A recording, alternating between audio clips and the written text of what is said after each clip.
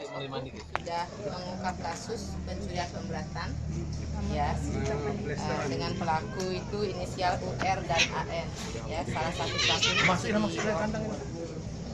di mana yang dicuri itu adalah kucing jenis Angora ya, itu ibu dan anak-anaknya ya, ada 7 anaknya dan induknya.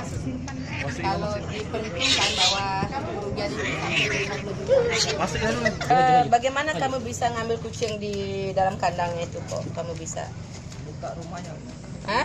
Buka rumah, terus masuk ambil kucingnya, Ya, ngambil kucing terus pulang.